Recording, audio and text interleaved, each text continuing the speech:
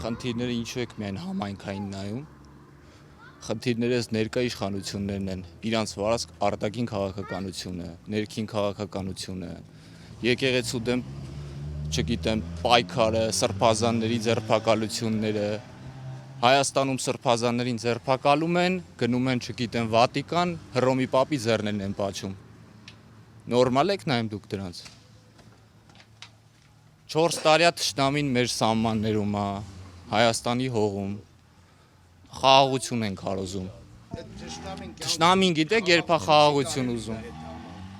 Հասկանում խաղաղության գինը։ Խաղաղության գինը որոշել են հուշարձանում նկարները խփած է, ինքը։ Խաղաղությունը պետք է պարտադրես թշնամուն։ Խաղաղությունը այդպես չի լինում։ Խաղաղությունը լինում է, երբ որ դու ուժեղ ես, ունես ուժեղ բանակ։ Չգիտեմ, զորակոչ են անում, պավեսկ եք են ուղարկում տղաներին երիտասարդ։